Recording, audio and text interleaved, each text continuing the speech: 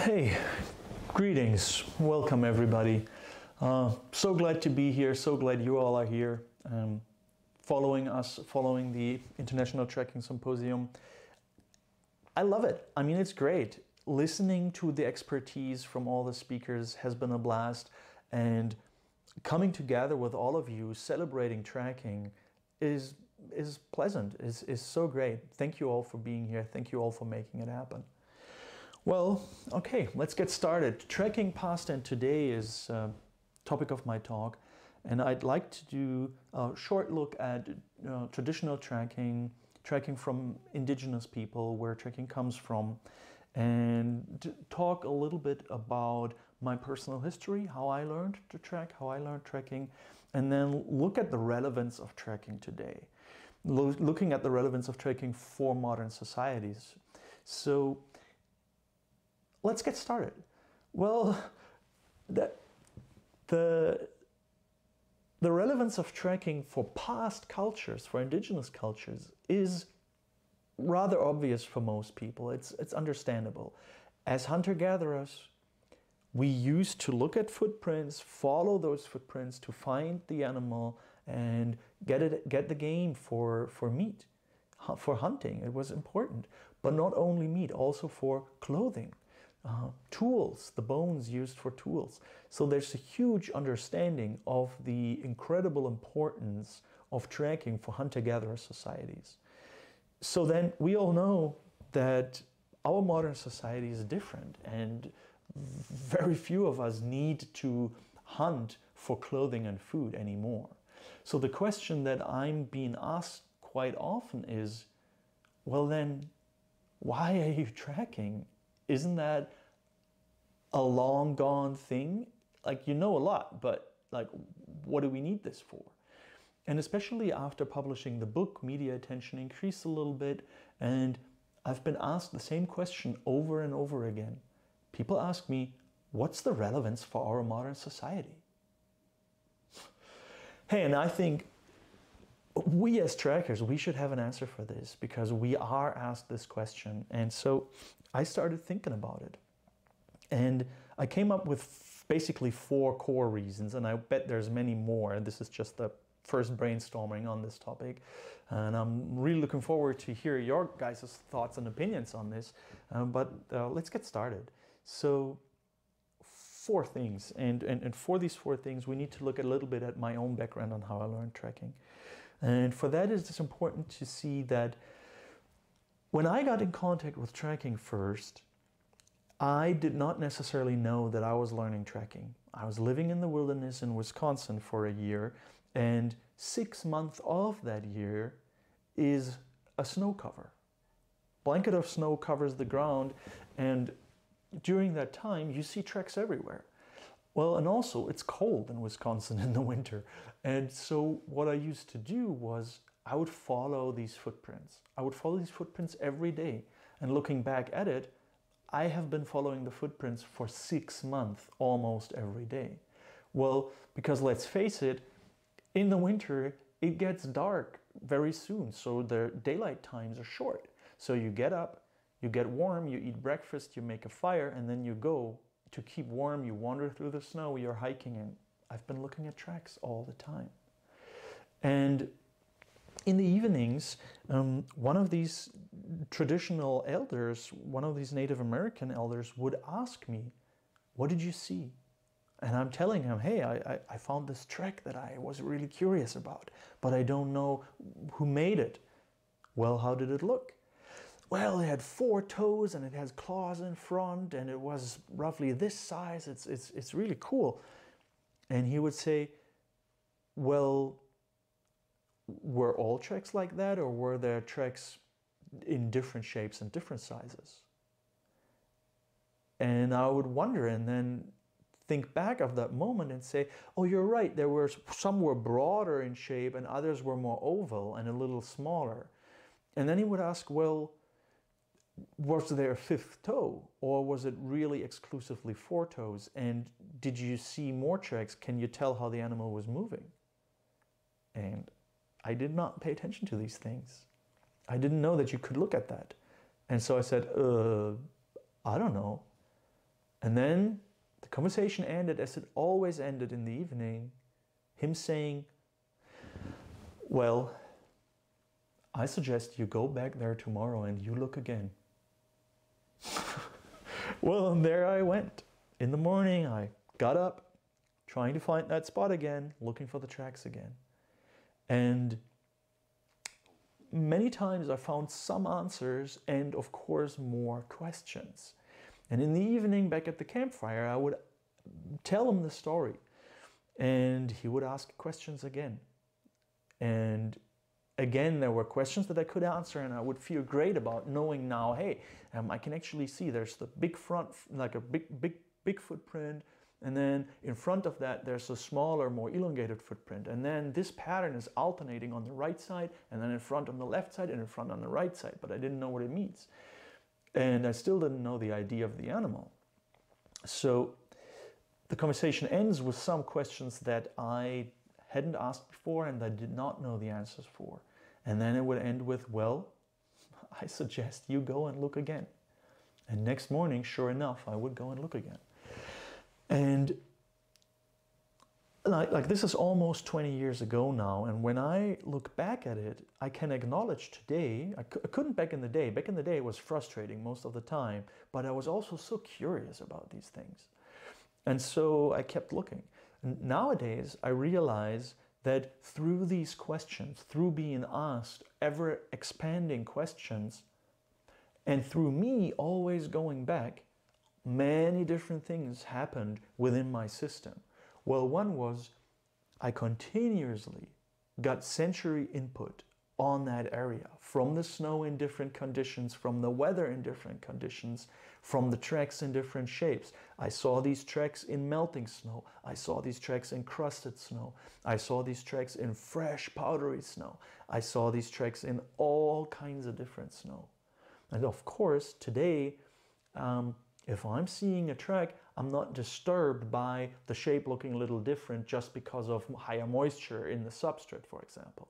And I realized that I learned these things without intentionally studying them. I learned them by just being there and feeling the difference in texture of the snow when it's wet and the snow when it's dry, when it's really cold or when it's been soggy and then frosted over and you have the crusted over snow. So these things I learned by accident, by going there again. And then also there were all these different questions being asked.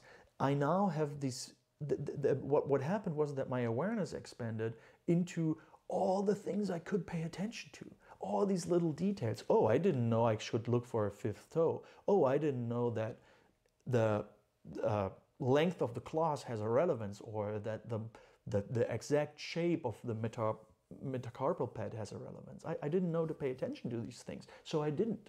But after being asked these questions, I really started looking into these things. Well, so this is how I understand many traditional trackers got trained in their tracking skills. And I understand that nowadays, tracking is not necessarily taught in that way, which is a good thing too. It wasn't until I met Casey McFarland in Washington State, I had heard that they do evals, and that by that eval they ask you a question, they ask you who made this track, and you tell them what you think, and in the end you would get an answer. And just that idea that I would get answers right away, I booked my ticket and went over there because I finally wanted to know where I'm at. And I scored really well for not having been to an eval, nor having ever been to the Washington State area before. And Casey was surprised, I was surprised and super stoked, and got me hooked on the system. But anyway, so what I'm saying is I'm valuing to get answers, and I'm also valuing to get questions instead of answers. And I think that the mixture of both is very vital to our development as a tracker. If I'm never getting an answer, frustration might take over and I just abandon it, you know? Well, if I'm only getting answers, it circuits my learning journey, because I'm looking at this, someone says, well, it's a wolf track, and I'm, oh, okay, wolf. I know that, been there, got it, you know, it's done. So my learning brain, my curiosity is shortcut. And all the going back again, looking, and the sensory input is missing. And we'll come back to that later, why that is crucial. But basically what I'm trying to say here is, I think both is very vital.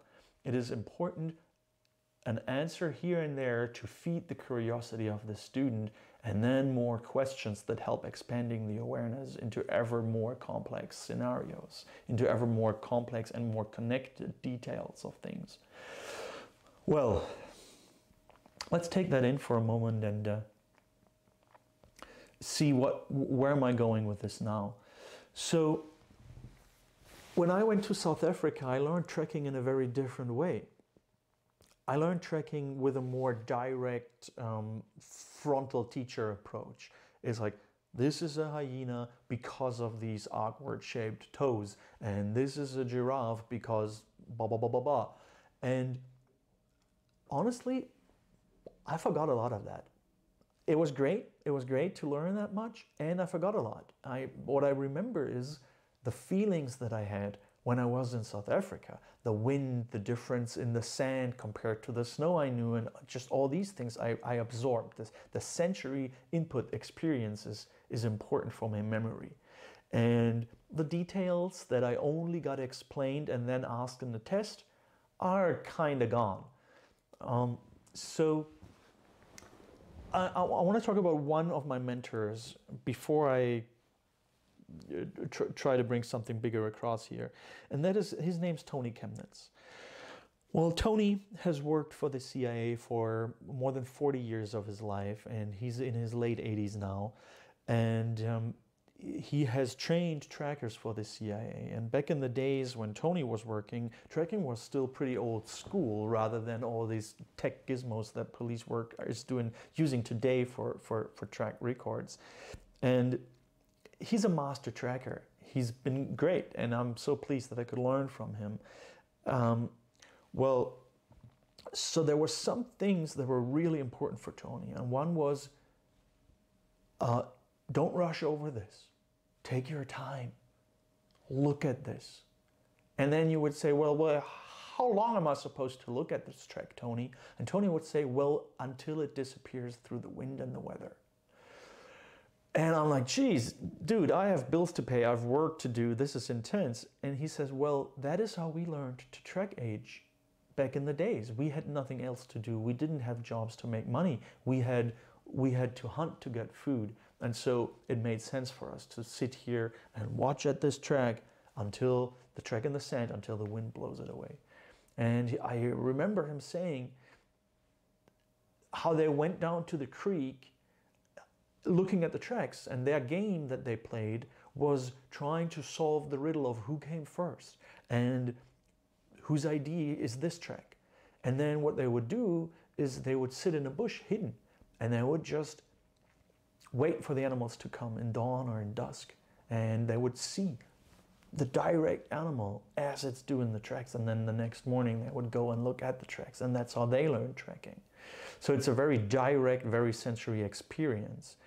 And there's a few things happening because of that, and I'll get to that in a second. Well, before that, while Tony is sitting there, sun is setting, and he's just learning patience, practicing patience, and he's sitting there waiting for the animals to come. And while he's waiting for the animals to come, he's seeing the grass blow and bend in the wind. And he sees the trees bend in the wind.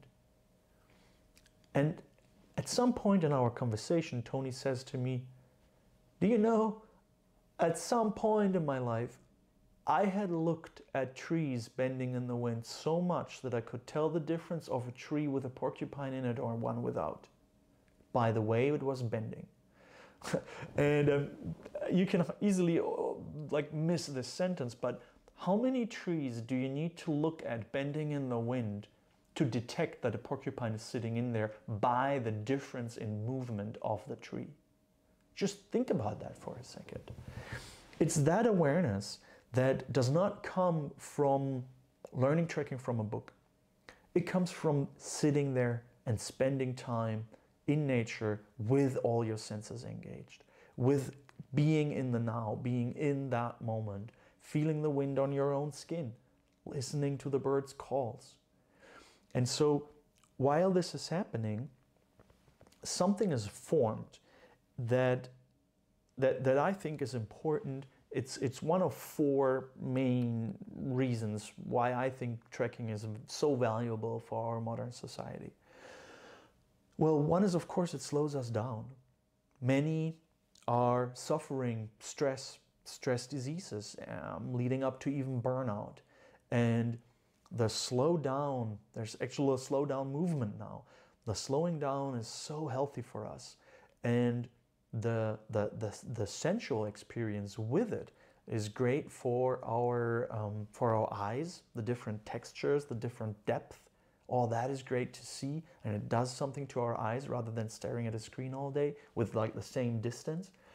But there's also something where it's boosting our immune system. We're being outdoors, and we're physically engaged. We're following the tracks. We are feeling the wind. We're exposed to the cold. And all that is really helping us to get a vigorous, strong immune system. And at the same time, we're being physically active. We're moving, and if you're trailing, we're moving sometimes even at a quite a pace to catch up with the animals. And there's this famous saying of a Bushman tracker, a San Bushman, and he says, when you're trekking is like dancing, and when you're trekking, your body is happy. And you can tell it in his body that he knows what he's talking about. His body is happy when he's tracking. Yeah. And so I think burnout is increasing, stress is increasing, and depression is increasing at an incredible, alarming rate. And trekking is one way among many that addresses all these topics. A brain that is continuously engaged in rich sensory experiences and riddle solving as tracks present us in each track, in each set of tracks, this brain is more challenged and stays engaged, and so it's less likely to get memory issues, and it's less likely to fall into a depression, because you're being outdoors, you're being physically engaged, and you're being mentally engaged in that way. So I think trekking has some great overall contributions to do for our overall health and situation, health condition. Well, that's one. I said there's four, so three more. Well, the second one is an important one, being curiosity. Well, curiosity is my interest of wanting to know just a little more about this little thing. And it starts usually as a slight interest in something. Hey, who made this track?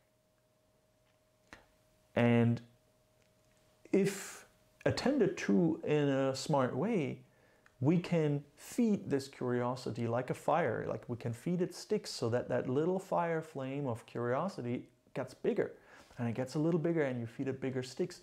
And so the curiosity becomes a burning desire to really wanting to know how to tell apart the different species of mice by their footprints.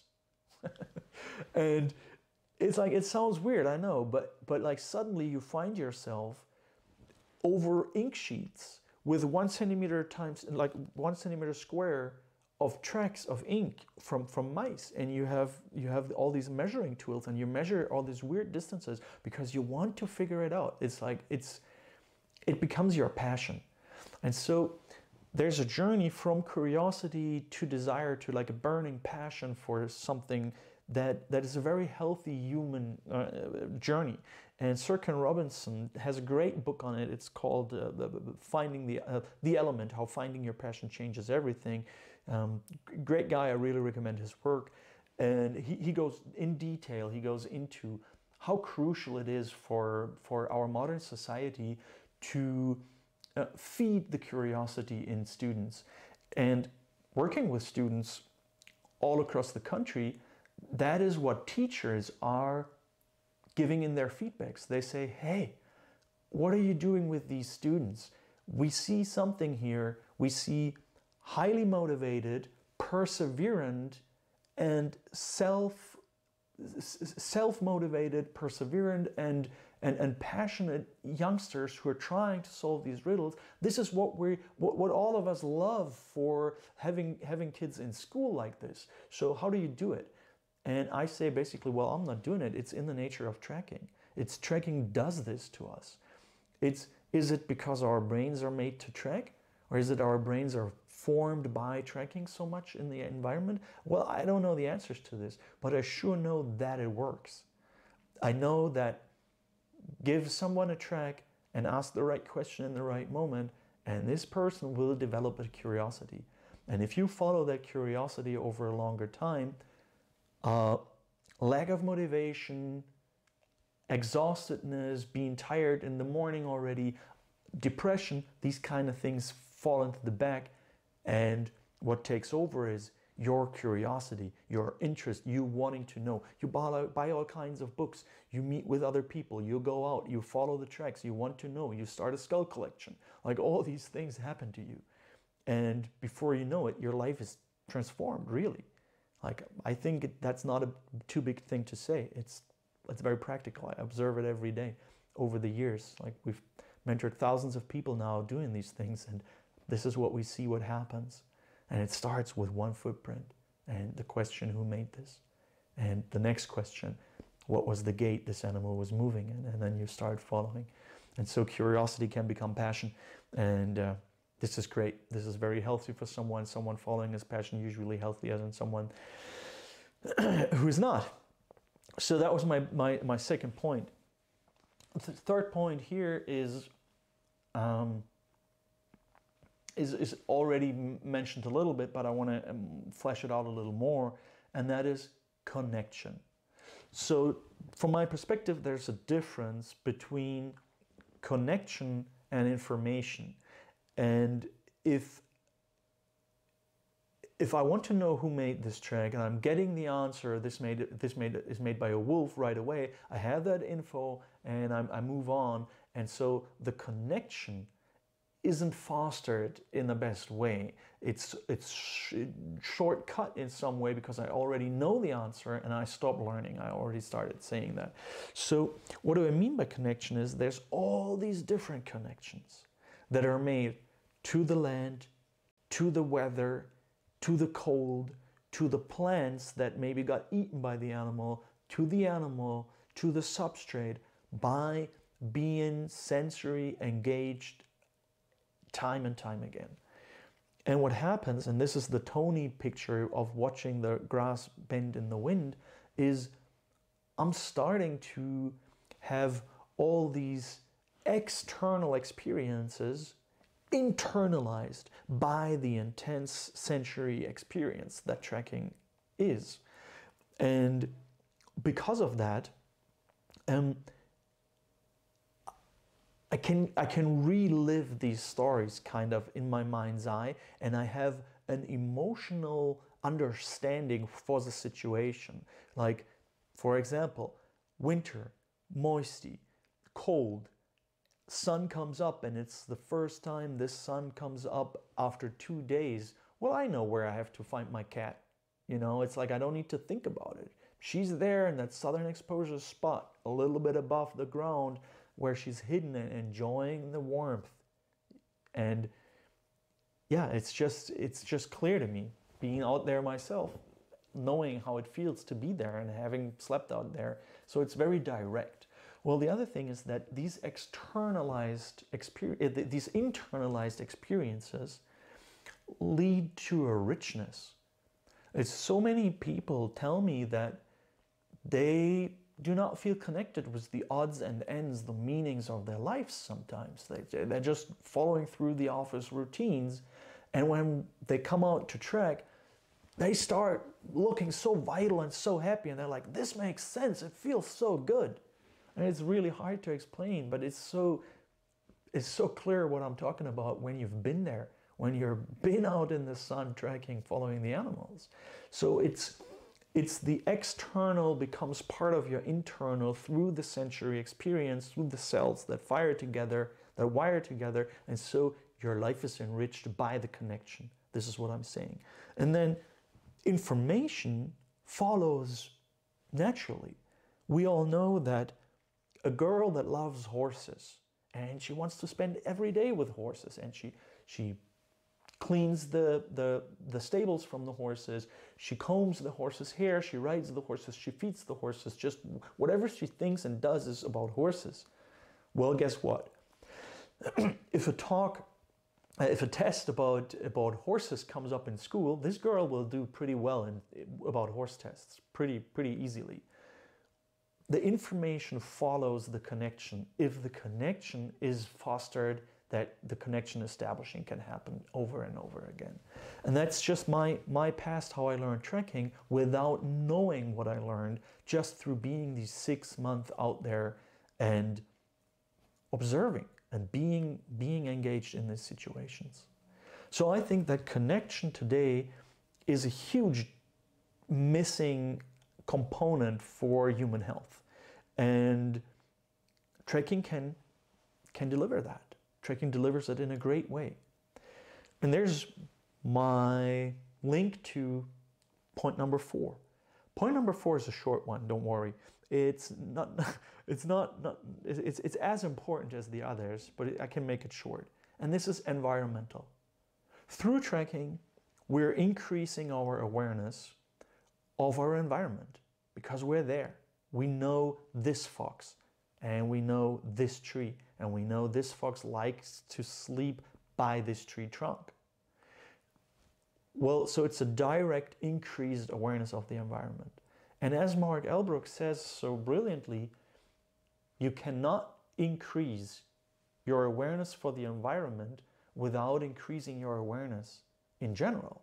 And with awareness increased in general, you also become more aware of your role in the environment. And I think that is what environmental nature protection stuff is all about, to be aware about your environment and our role in it. And trekking addresses that in a very hands-on, right there, down-to-earth experience. This tracker knows and loves this spot of land because she has spent so much time there watching the grass blow, watching the grass bend in the wind, and following the stories of the animals on that landscape. She loves the place.